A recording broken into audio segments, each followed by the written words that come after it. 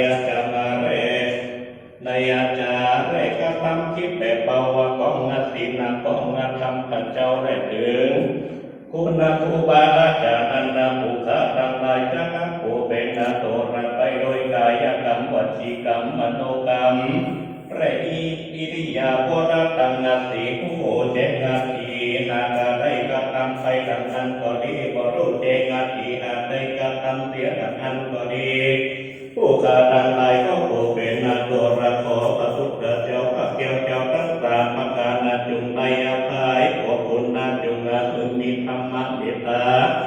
วายานามติการะเปายังอาคานาปารมาติตาตุมาปุจาแห่งภูขาทั้งหลายแล้วถึงกับกายเป็นนานาทีวิปัสโกอาโหสิกรรมายาคือได้เป็นนิวรธรรมกรรมอันนาแก่นาคาอันนัจจักขการัติยังนาโอลาตังอันจะกาเกไปสู่เมืองนาว่าเลมาเนลปานาเสเอภูขาทั้งหลายทุกผู้ทุกคนนั้นถึงจะคิดแต่ดีฟังต้นสังสามันตุโนอาโยอริยสาวกาปุถุชนะกะริภารโต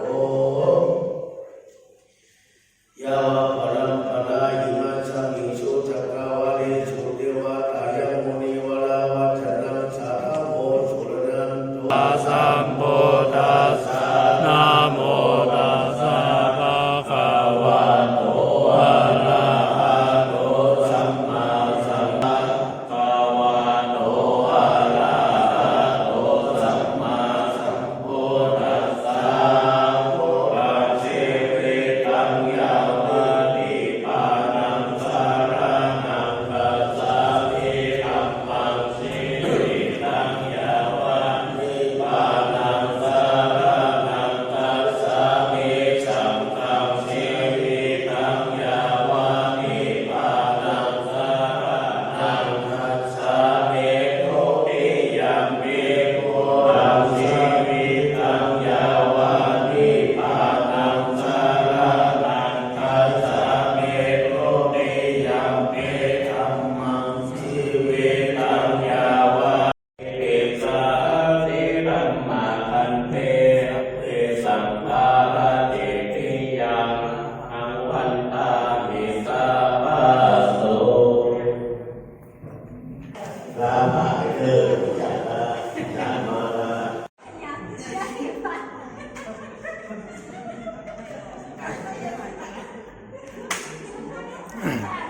เฮ้ย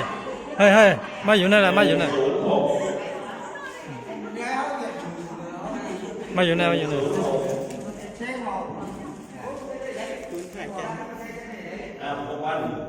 สงสัยฟันเราจริงๆต้องฉีด